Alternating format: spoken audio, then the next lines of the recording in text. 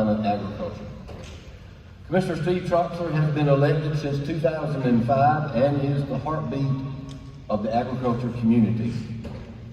What you go through, he understands as he is a farmer himself. The land is what makes this state so great for those who have tended it within their families for 100 plus years. We want to honor you for that commitment. Please give a round of applause to your Commissioner of Agriculture, Steve Troxler, and my boss. Thank you.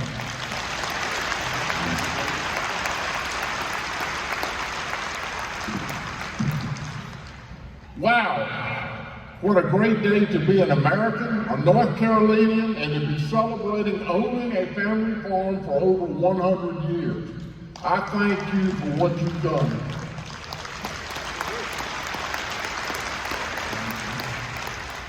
I also want to thank David Smith.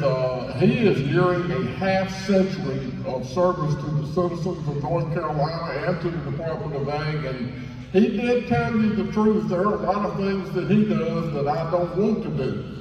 If you have applied for a grant or a disaster aid check and for some reason you don't qualify, you get a letter from him. And if you do qualify and you're going to get a check, you get a letter from me. So his job is pretty simple, and he does it well. 100 continuous years of ownership of a farm. If there's anybody that understands what this means, I do. I haven't owned my farm that long, and I will never qualify to have a century farm. My wife and I bought our farm in, I think it was 1975, so we've had it a long time. During that period of time, we've been through a lot. Not as much as you who have had them for 100 years have, but we've been through a lot. We've seen the hurricanes, the tropical storms, the tornadoes, the hailstorms, the floods, the droughts. But many of you have even added to that, going through wars, trying to hold on to a farm when everything is upside down, and now a pandemic. How about trade wars? All of this has played into the financial health of our farmers across North Carolina. And it's not easy, I know that. But that willingness to stick with it, to hold on to that farm, to feed the people, to build a community, that's what makes you so special, and that's what we're celebrating here today. We've been doing this, registering people since 1970, and we now have century farms in 97 of the 100 counties in North Carolina. In fact, we were continuing to get applications in for century farms. I have already signed some more this week, and I hope you that recently applied were able to get here today. Not only have we reached the century mark with some of our farms, but we also have bicentennial farms that have been in continuous ownership for 200 years. That goes back to almost the total history of the United States, and I was looking through the program and I saw one that had been in the family since 1757. Imagine that. That is an amazing feat.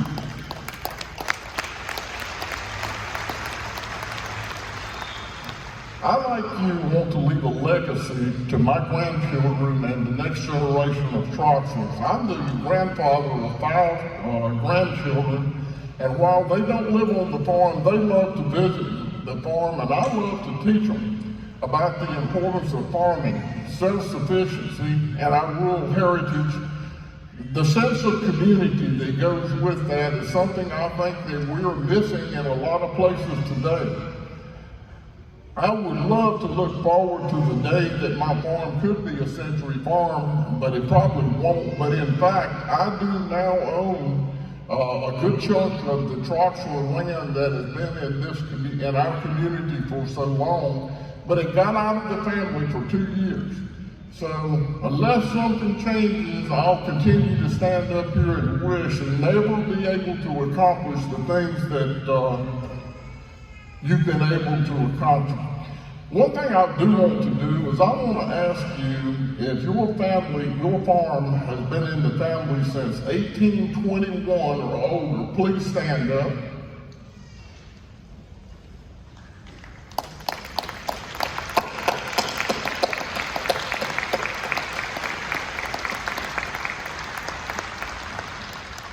That is almost an unimaginable accomplishment, and we started the bicentennial program in 2016, and we now have right at 100 farms that have been recognized.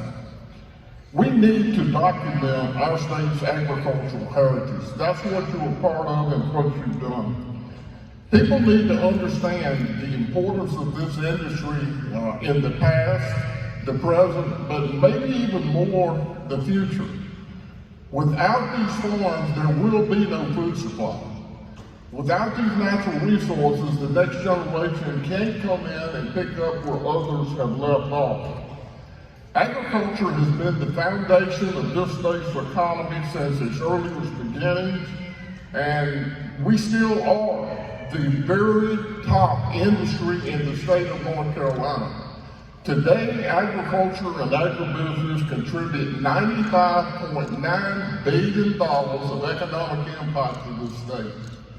I've had a goal now to be a $100 billion industry for quite some time. And I do believe we would be there today had it not been for the hurricanes, tropical storms, pandemics, trade wars, tariffs that have happened over the past few years. But I really believe this is the year. We've been blessed this year to have some good crops. Commodity prices are up.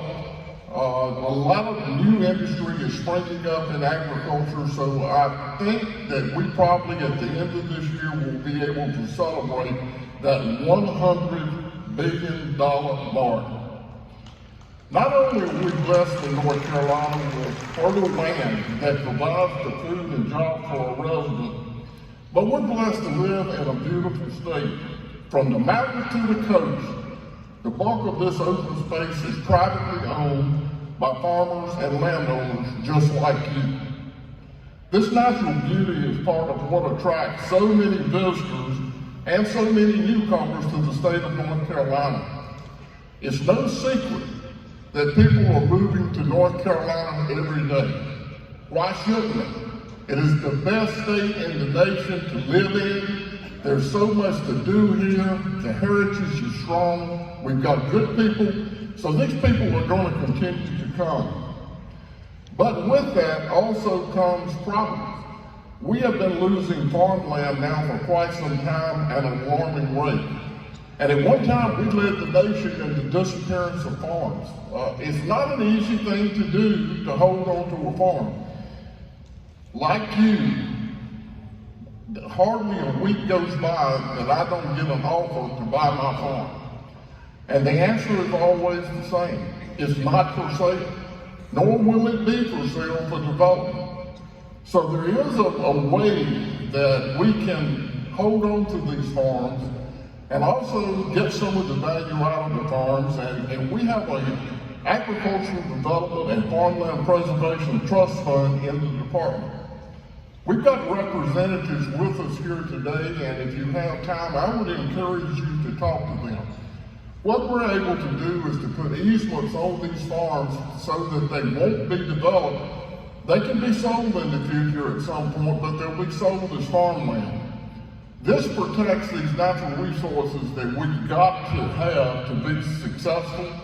And I know in my community, my farm is in the middle of development on all sides. It's refreshing to be able to see a farm in settings like this. So I am very proud of this program.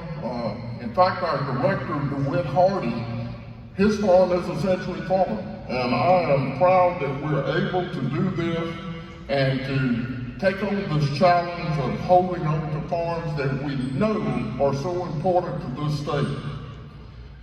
Events like this one give us a perfect opportunity to talk about what agriculture means to each of us. It also gives us an opportunity to honor the hard work and determination it takes to farm and earn a living off of that farm. I am so proud of each one of you, all the Century Farm families, and I commend you for maintaining these farms in your family, and I hope this goes on for hundreds of more years. Please keep up the good work, and I want to see every one of you back in 2024 for our next reunion, and we will have, I can almost guarantee you, we will have even more people than we do today. The turnout is just so great and so rewarding to see each one of you. I thank you so much for being here today. Next, I want to recognize somebody that has helped us tremendously put this event on. I think everybody realizes what last year meant at the state fair. Not having a state fair has put a great strain not only on the state fair itself, but the year-round operations that we do here. So to help us present this here today, we have a wonderful sponsor, and I want to thank the North Carolina Grains and Jimmy Gentry for sponsoring this Century Farm Family Reunion. Please join me in thanking them.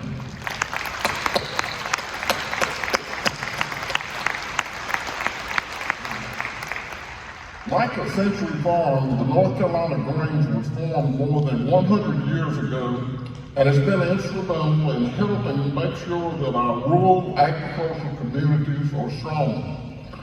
Jimmy Gentry has been an advocate for agriculture and a personal friend for many years. I really appreciate his support, the support of the Grains chapters. And Jimmy, I'm going to ask you to come up and say some words about the North Carolina Grains, and thank you so much again.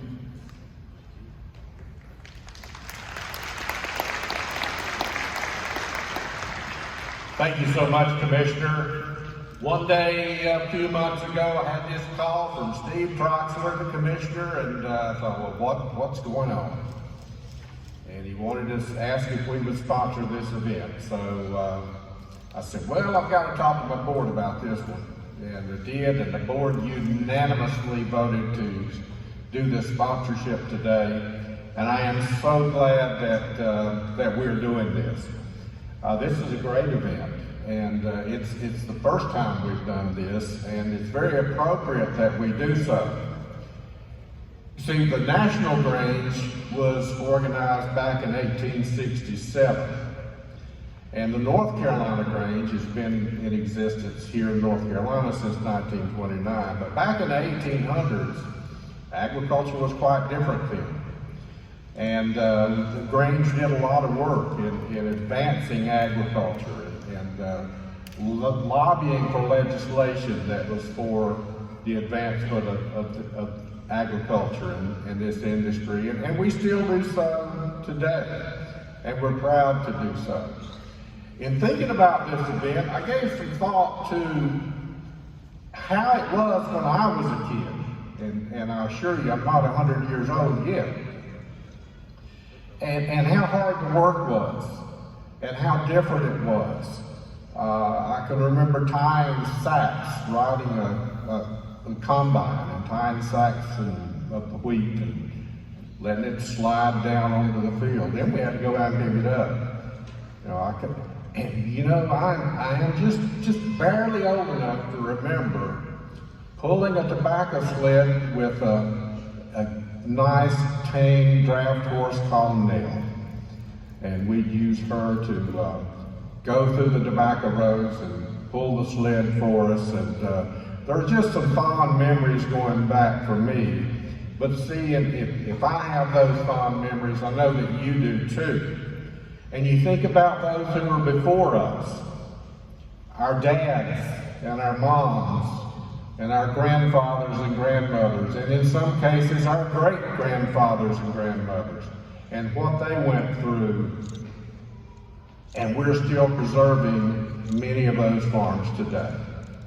And I'm thankful for that. I'm thankful when I see farms across the state. And it concerns me when I see for sale signs up at these farms, because I know that the chances are good that when they're sold, they're not going to continue to be a farm. So thank you for being here today. I'm very appreciative of being able to be the sponsor for this event today. And any event that opens with a good bluegrass band is a good event. So I hope you enjoy the rest of your day. Thank you.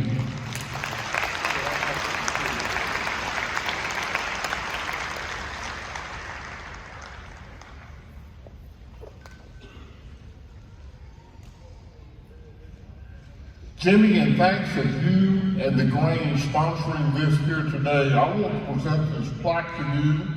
And it is a Century Farm plaque. And we just can't say enough thanks about your sponsorship and helping all of these people celebrate what is a huge success.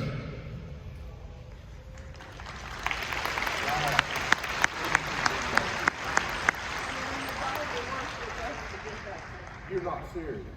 It's a real deal.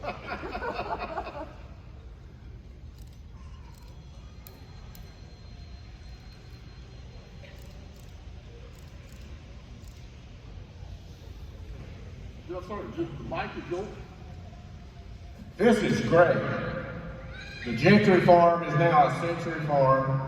And I was thinking that I believe we qualify, but I've got to do the research to do the application. And someone's been doing something sneaky behind my back. So this is great. Thank you so much.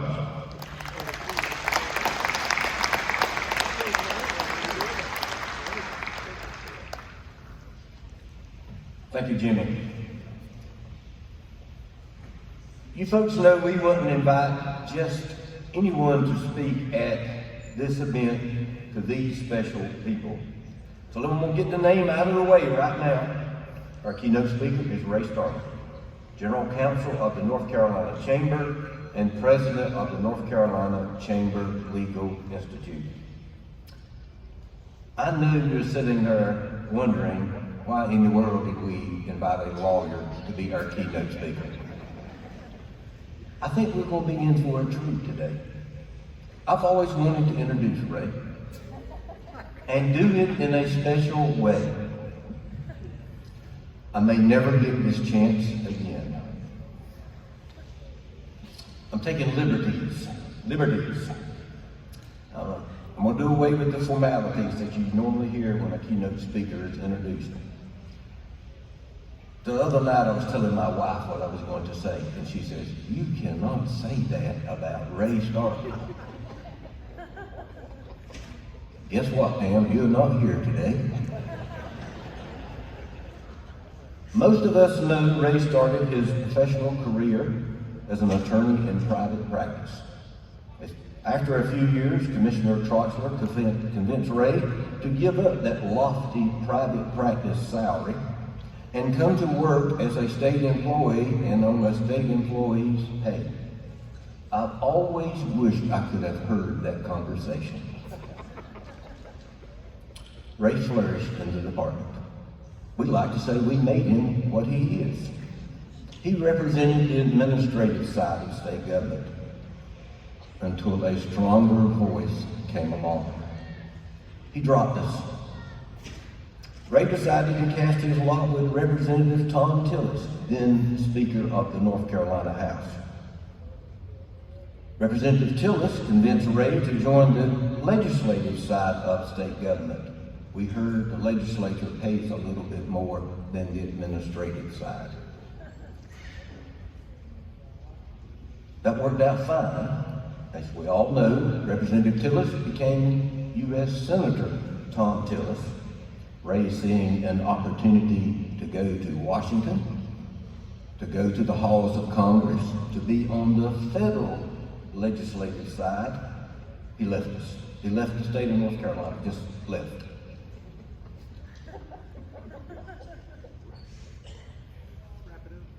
Ray was then enticed to join the administrative side of the federal government by going to the White House as principal agriculture advisor to the president. Now, those of us back in Raleigh, when we heard that news, Ray is going to the White House. The next thing we wanted to know was why? Why? It was Ray's job to advise the president on agricultural matters. I don't know what happened, but he left that job too. Ray then decided to go and further his administrative resume by becoming Chief of Staff to Agricultural Secretary Sonny Perdue. Remember now, the elections were coming along and maybe he was reading the tea leaves or whatever. He then jettisoned that government job to return to the private sector in his current role with the North Carolina Chamber. The bottom line is Ray has hopped from one pond to another looking for that perfect lily pad.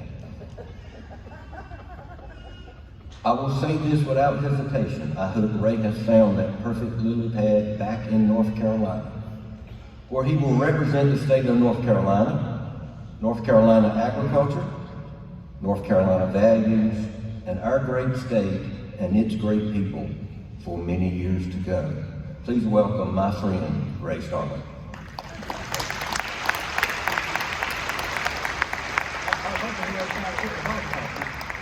I was going to nose the commissioner out if he was going to try to get to the microphone. I think enough has been said. I will say, though, I'm looking for work. If any of you have a... No, I'm just kidding about that. One of the things that David did not say is that my family is a century farm family from Sampson County. In fact, I've got a couple of century farm family brothers with me over here today. And I would even tell you that I wouldn't be standing here if it wasn't for them. Steve and Willie, would y'all give out? So Willie's in the lumberjack shirt up there, and Steve is wearing NC State. He's always felt a little inadequate since he graduated from East Carolina. But really glad they're here. And I understand within that vicinity over there, the 1983 Aden Colored Festival Queen is seated nearby them. So leave it up to my brother to sit by the prettiest people in the room. That's just the way it goes. Well, I got to tell you about being from Sampson County. I'm very proud to be from there, but Sampson, like many of the counties that you hail from, is pretty rural. And I'm from a rural part of that county. Anybody else here from Sampson County today that's willing to admit it? Well, my hat's off to you. Let me tell you what happened when I went to NC State, being from Sampson County. I remember going to my first horticulture class. I was an agricultural education major, and I actually minored in ag business, but I had to take one horticulture class. And on the first day of that class, I was so excited, and I wanted to do such a good job and make such a good grade and make such a good impression on the professor that I got to class about 20 minutes early on the first day of class. I actually turned the lights on in the room in Harrelson Hall. I got there early enough that I got me a seat down toward the front of the class, and I realized that I could turn around and look as other people came in, and I thought, you know what? There might be other people here in this class that are from Sampson County. There might be someone that I know in this class. So as I would hear the door open and shut, I would turn around very sort of coolly and calmly, and I'd look to see if there was anybody else from Sampson County. Well, it didn't appear that there was. Eventually, the class started. The professor started teaching. Professor Lane, some of you may have had him, phenomenal instructor, very well known on NC State's campus and in the horticulture program. He gets going, and he really wanted us to learn some things that first day. You know, a lot of teachers will just go over the syllabus and tell you about the rules of the class, but he went right into teaching. And he started talking about the way plants grow. And he described that there's really two different patterns that plants take. One of them is vertical. They grow up and down, vertical plants. And then he described what the word that horticulturalists use to describe plants that grow out horizontally. You want to take a guess at what that word was of plants that grow horizontally? No, you're wrong. It's not horizontal. He actually called it expansive. Well, about that time, a student in the back of the room put his hand up, and I could hear a commotion. I was trying to write all this important stuff in my notebook, and that student asked a question. Dr. Lane called on him, and the student said, "Well, Professor, if it's expansive, just how much does it cost? And there I had found someone else from Sampson County. See, if I know anything about people from Sampson County, and if I know anything about Century Farmers, we speak our own language. You all say things that people outside of the agricultural arena would not even understand. Let me give you some examples. There's a word that every one of you in this room have used differently than the rest of the world uses that word. Here's your hint. Jimmy actually said this word this morning, and I didn't tell him to do it. But the word is combine. For the rest of the world, that word is combine. But somehow on our farms, it's a combine. Now, how did we get to that point in speaking our own language? I'll tell you one way it gets passed down, right? Now, my father, who could not be here today, but who is 85 and a proud Sampson County farmer, he was a gifted communicator. I just can't use any of the words that he used to communicate to my brothers and me when we were growing up on the farm. His use and command of the English language was downright poetic. So it's a shame I can't share any of that with you this morning. But he did teach me a few words that I could use this morning, like STRAPS. Now, when you go to the Tractor Supply or the Big Blue or the Agri Supply, you probably think that's a rubber strap. Well, on my farm, our farm, it was a rubber strap, and there was no need to say it any other way. In fact, I was in college before I realized that this part of my head was my forehead, because I thought it was my forehead. My forehead, that's the word he would use. I also learned, like Century Farmers learned to talk, I learned to take one-syllable words like pen and pill, and I learned how to make them sound better by making them two syllables. I remember one time my daddy looked at me, and he said, take that pen and write on that pill bottle before I run you out in the field. That's how we talked in Sampson County. We spoke our own language, and Century Family Farmers do the same thing. Let me tell you something else Century Family Farmers do. They love some by God weather. I can call my daddy from anywhere in the country, and if he knows I'm going there, when I get off the plane, he said, yep, rained there yesterday. And I'm like, Daddy, I'm in Minnesota. How do you know it rained? Well, I watched it on the Weather Channel. Another part of that language that farmers speak, when I was growing up, and I'm sure it's true for most of you in here, the weather only came on the news at about 20 minutes after the hour. And as a young child, you learned, I see some of you shaking your heads, you learned not to talk when that weather was coming on the TV, because if you did, you were going to get in big trouble. And I know how those fancy TV stations, WRAL, WTVD, yeah, we know how y'all are. You'd tease us a little bit at about 18 minutes after the hour, and then you'd cut away to a commercial and come back and the weather was on. Well, I learned not to talk during the weather, because if I did, my dad didn't even say a whole sentence to get me to shut up. He would just say, ho, ho, and I knew that it was time to be quiet. So to this day, when I'm in a football game and I hear somebody go, ho, ho, I'm like, you better be quiet. The weather's coming on. Well, there's more to it than that. There are other stories about how we communicate and other people don't understand. One happened at a farm down the road from where I grew up, the Williams farm, also in Autryville. My high school ag teacher came to visit one of his students at that farm one morning during the summer. He had called the folks at the farm earlier that day and told them he was coming. He pulled up in the yard, and a young man came out of the house, much younger than the student that Mr. Howell was there to visit. And Mr. Howell asked him, said, where is Terrell? And the young man said, well, he's gone to Arkansas. And the ag teacher said, well, I just spoke to him this morning. I told him I was coming. What in the world happened that he's gone to Arkansas? And he said, I don't know, but that's where he's going. Well, Mr. Howell did around and started to get back in his truck to leave, because he didn't realize Terry was going to Arkansas. And about that time, Terry's mother came out of the house and waved him down. It turns out the Williams have a field on their farm called Arkansas because it's, as you guessed it, it's in the shape of Arkansas. You all have names for your fields, I'm sure, too, and we could be entertained by that.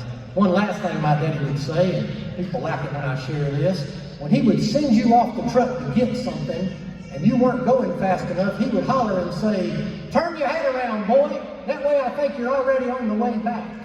See, we spoke our own language, and Century family farmers speak their own language. But if there's any serious point for me to make this morning, it's this. There's a lot of people that haven't been on a Century family farm. Now, when we survey people, and I actually heard this on Friday, a good friend of mine, Brett Scotto, speaking at an agribusiness conference that the chamber was hosting, he said when we asked people, have you been on a farm, about 81% of people say, yes, I've been on a farm. But those of you in this room know better. They've been to a pumpkin patch, or they've brought some snotty-nosed kid to pick strawberries in a field, or they've gotten lost in a cornfield. If I'd have known the money we could have made getting lost in a cornfield, I would have been a very wealthy young man growing up. They've not really been on a farm like yours that's working or not been there for very long. They've not seen the things that you have. And that leads then sometimes to a failure to communicate between our community and the community out in the rest of the world. In fact, I saw this a lot on my farm, even with the workers on my farm. I'm talking a lot about my dad this morning. I love him very much, but he couldn't be here, so I can talk about him, so that's okay. Well, with that said, we had workers on our farm that were clearly not from Altreville. In fact, those of us in agriculture are absolutely dependent on laborers that often come from another place.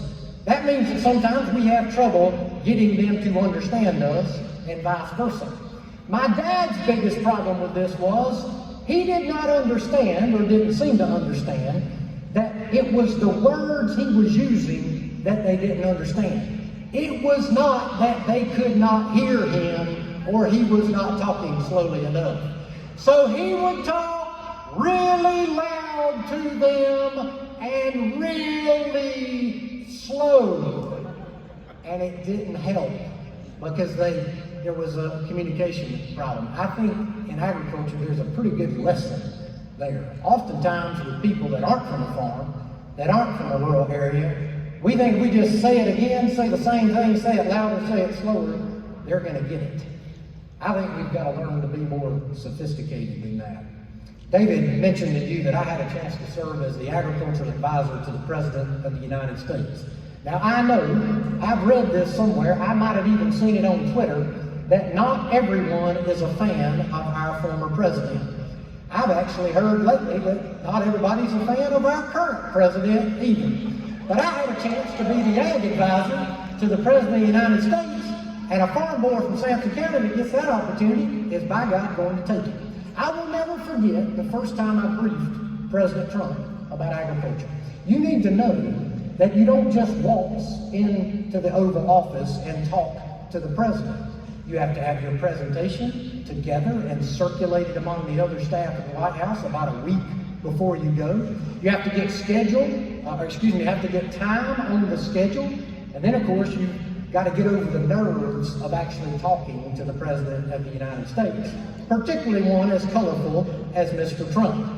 I sat down and started briefing the President, talking about what it was that I was there to share with him, and about 2/3 through, I noticed that in front of him on his desk, there was a little piece of wood, well, it was a little piece of wood, and it was wood colored, in fact. And on one side, it had a presidential seal, and on the other side, there was a little red button. Now, I hadn't paid much attention to this red button and this little block, except that as I was about to wind up with what I was briefing the president on, he took that little box and he slid it over in front of him. And you know President Trump, whether you agree with him or not, you know he's pretty emphatic about everything he does. He picked up his finger about head high and he pushed that button, that red button on that box. Now I had friends by this time that had briefed the president. Nobody had told me about the red button. I Two thoughts went through my mind. One of them was, I am going to fall through the floor. Like he is finished with me and I'm going down. The other thought I had was actually very serious. And that was, I don't know who we just blew up, but I feel like it's my fault. After about 30 seconds, the wall of the Oval Office opened. Now, I say that because the door is literally cut into the wall. You've seen this in movies and television shows. The chair rail molding just all of a sudden backs open and then closes, and a man came in with a silver platter, and he came around and stood behind the president. And on one side of that silver platter was a glass with a presidential seal, of course, with a napkin on the platter with a presidential seal, and a Diet Coke. Now, it turns out President Trump had a Diet Coke button. Thank God, right?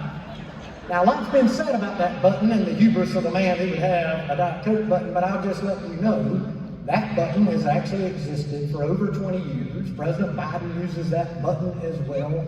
They say he doesn't, but I've seen it in photographs. And it really is just he rings a personal aide, and on this day, that aide knew to bring the president a Diet Coke.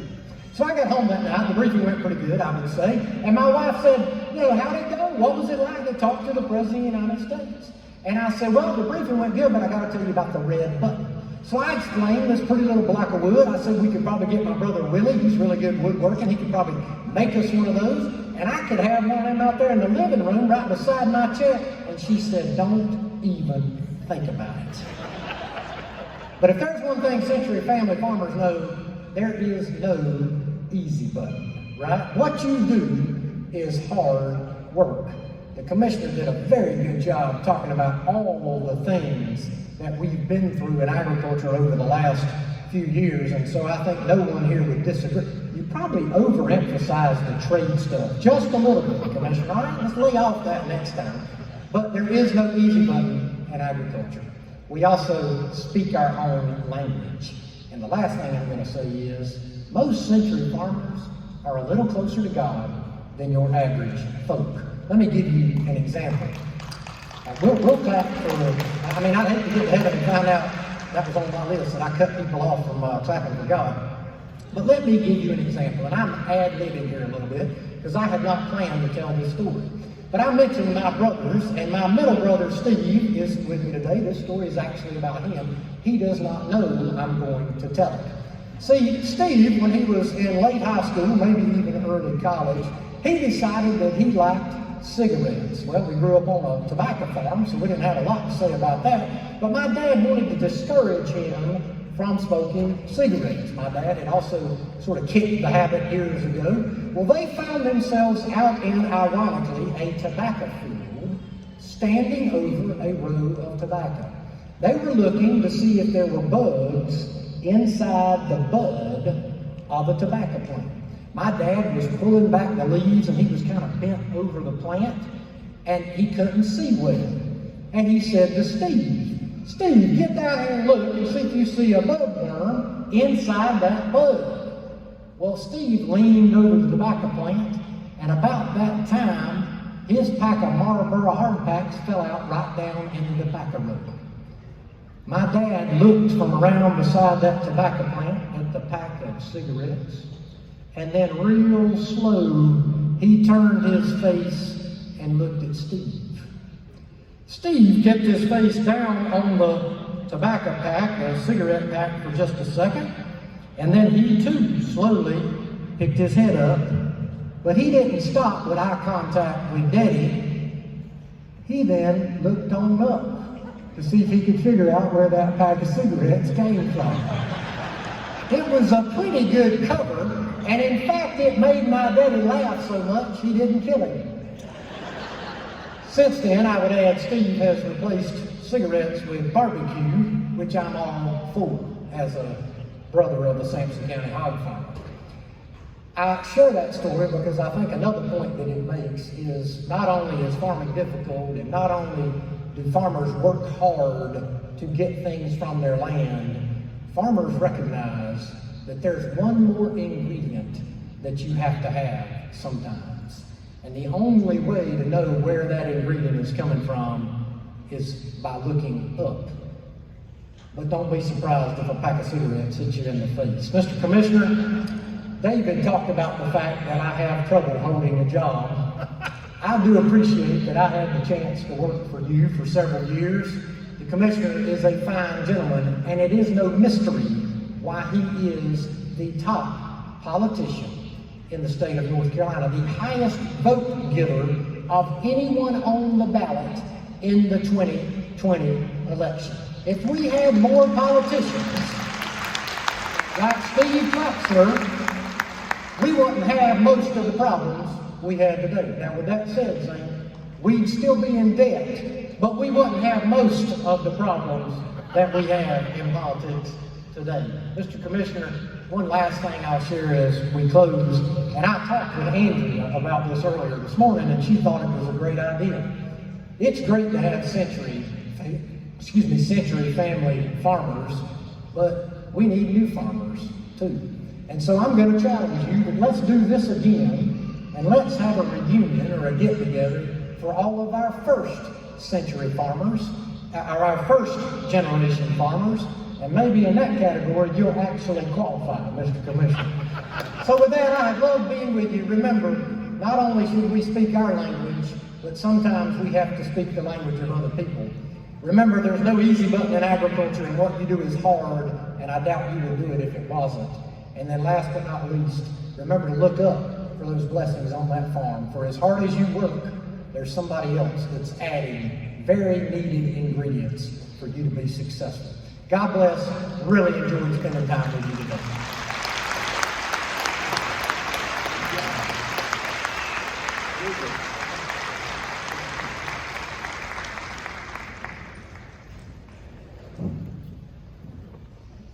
I'll tell you, we're going to have a treat today. It also explains how one man can talk himself into so many jobs. Thank you, Ray. Thank you very much. A few announcements have to be made. Each of you have been provided with Ag Bucks, valued at $10 to purchase lunch. Those tickets can be used at food vendors here at the Hunt Horse Complex, and I think I can actually smell something coming through the windows here, so I'm hoping all of that got moved to the parking lot out here. Or they can be used with food vendors on the fairgrounds. You will see signs, especially marking that they accept Ag Bucks. Also, they may be used with vendors in our Got to Be NC tent, not tent, that's a habit, our Got to Be NC pavilion in Dorton Arena. So look for anyone willing to take the Ag Bucks. It's $10. Everybody should have those. After the reunion, we invite you to walk over and see the many attractions at the State Fair. The tickets that you have been sent will get you into the fairgrounds. We will be running shuttles all day, going back to the parking area. You just need to pick up the shuttle at the same place here at the complex that you got off. Now, I'm going to ask our Chief of Staff, Zane Hitchcock, to come and bless the food you will eat somewhere, sometime today. Thank you, David, and if y'all would please bow with me. Dear gracious Heavenly Father, you created us to consume food, and Lord, these fine people here are on farms, and not everybody can produce their own food, and so these people are a blessing, Lord. Lord, the folks all over the world, Lord, farm folks are a blessing, and we know that all good things come through you and all blessings come through you. So today we ask for your blessing on these fine people as they go on to this fairgrounds. Lord, they'll pass people that have no idea how to produce food. But we just pray that there'll be more people come along, and these that are here will have children and grandchildren that will continue on those farms and continue to provide the food that Lord, you made us to consume. And it's so important, and as they grow smaller and smaller, I wonder, Lord, about those next generations of people that live on this earth, and how will they eat? And Lord, I just hope that you'll bless these people, and you'll bless others and other generations. And Lord, David said this food had been prepared, and it's in a bag, or it's in a cooler, or it's somewhere, Lord. And we just pray today as they open it up and these folks consume a meal, it may be one that they put on that table or someone else provided for them. We just hope that you'll bless them and bless those on the fairgrounds that prepare that food. And Lord, we ask this because everything that they say and we say and do, Lord, we want it to bring honor and glory to your precious name. And it's in Jesus Christ's name that I pray. Amen. Okay, everyone, we're going to have another presentation by the Blue Ribbon Riders.